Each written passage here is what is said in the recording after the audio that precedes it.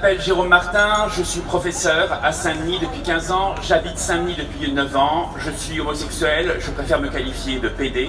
Je suis PD, je récupère l'insulte.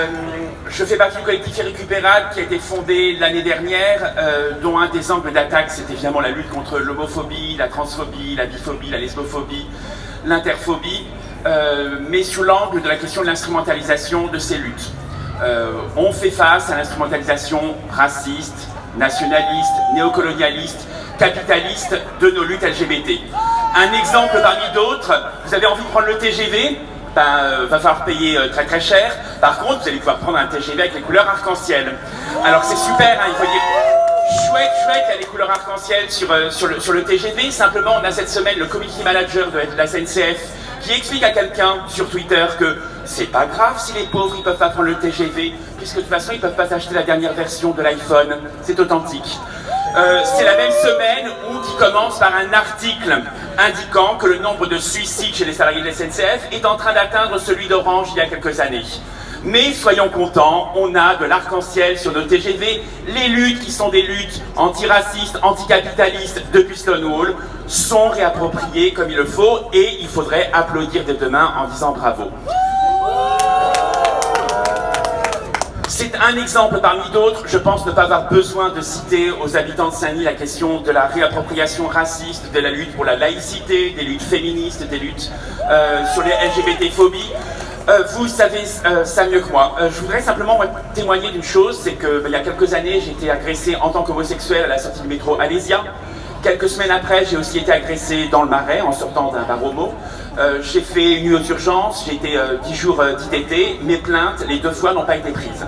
La zone de non-droit, pour moi, elle est aussi là.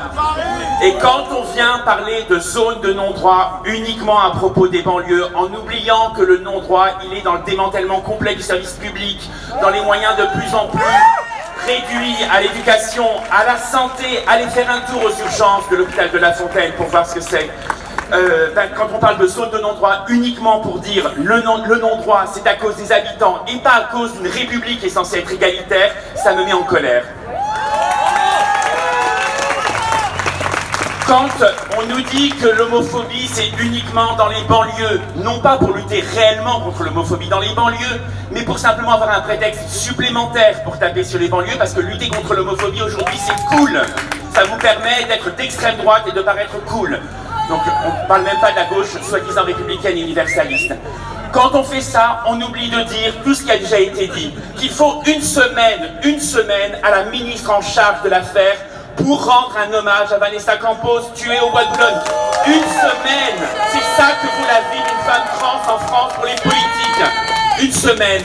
Quand on empêche les lesbiennes, les hommes trans, les inters de sécuriser juridiquement leur famille en ouvrant la PMA à tout le monde.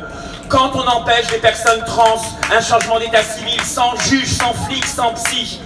Quand on mutile, notamment des mutilations génitales, les intersexes, ce n'est pas le voisin de la cité Allende qui pose problème. L'homophobie, la transphobie, la biphobie, elle vient de l'État, elle vient d'en haut, elle vient des dirigeants. Alors, pour ceux qui suivent les réseaux sociaux, vous avez pu voir que l'annonce de la manifestation a fait l'objet d'un certain nombre de critiques de la part d'un camp qui se dit universaliste, pour déguiser qu'il est en fait blanc, hétérosexuel, masculin, valide, etc. Et qui se trouve de temps en temps des alliés de circonstance. Donc il a pu être dit sur cette manifestation, notamment sur ces revendications, que la lutte contre le sida et contre la sérophobie n'avait rien à faire dans les revendications d'une lutte LGBT. En ce qui me concerne, j'ai un message pour ces personnes qui ont relié ce discours. En 96, j'ai voulu me rendre à l'enterrement de mon ex mort du sida. C'était pas encore le Pax. La belle famille a pu m'empêcher de venir puisque mon couple n'était pas reconnu. Voilà ce que c'est pour moi l'universalisme républicain. Voilà, c'est de l'homophobie institutionnalisée qu'on a vite fait d'oublier. 25 ans après, il y a un film qui est arrivé sur Act Up. On pleure sur le film et on oublie qu'on était partie prenante du problème en traitant de communautaristes, ça voudrait dire quelque chose d'ennemis de la République, ceux qui se battaient à l'époque pour le Pax. Ce discours universaliste, Il rajoutait, cette semaine, on a pu voir aussi que la question du droit d'asile n'avait rien à faire dans une marche des fiertés. Donc, voilà. Il faut qu'on laisse Macron, Castaner et tous les autres expulser, et puis avant, évidemment, Hollande, Valls et compagnie.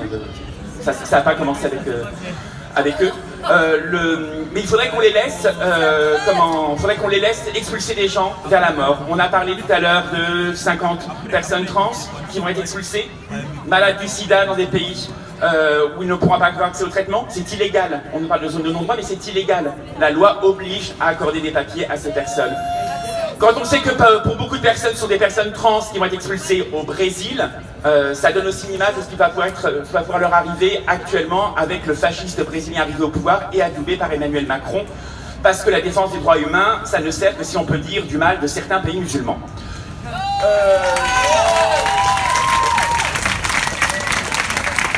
Ce discours universaliste, il est extrêmement minoritaire, puisqu'il est très théorique, mais il est très très puissant, minoritaire en nombre, mais il est très très puissant, puisqu'il ouvre toutes les portes des médias, des ministères. Attendez-vous vraiment à voir les réactions pour aujourd'hui, hein. Vous êtes tous des abominables gauchistes, évidemment, des indigénistes, des communautaristes, des ennemis de la République, etc. Bienvenue au club. Le souci que ça pose, c'est que ces discours minoritaires est donc très très répercuté et ne dit pas la vérité. On est dans le mensonge permanent contre nos droits, contre les droits des personnes.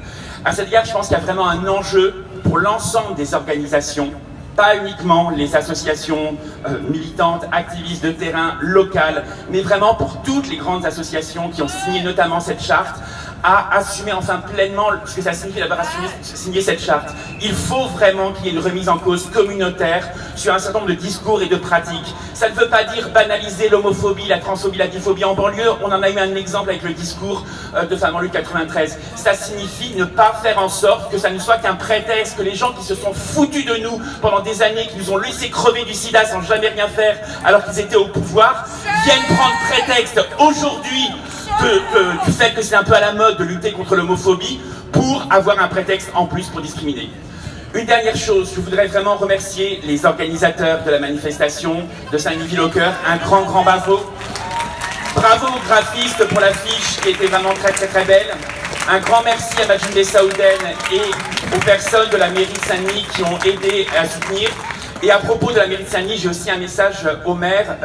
Lutter contre l'homophobie, lutter contre le racisme, contre la transphobie, c'est choisir.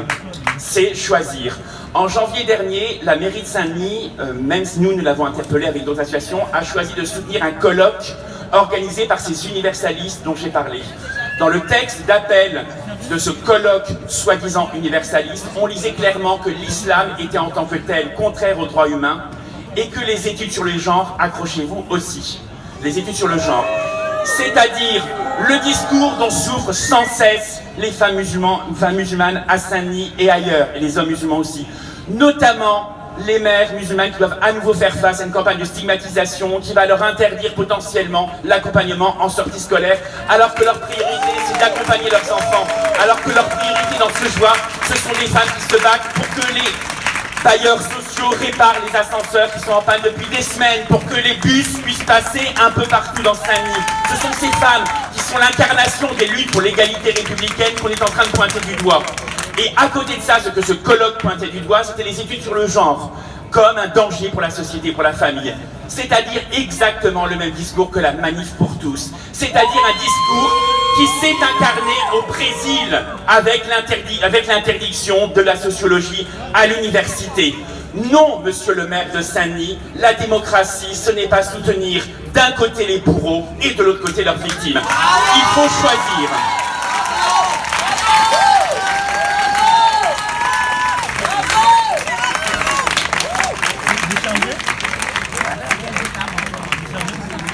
Merci beaucoup, Jérôme.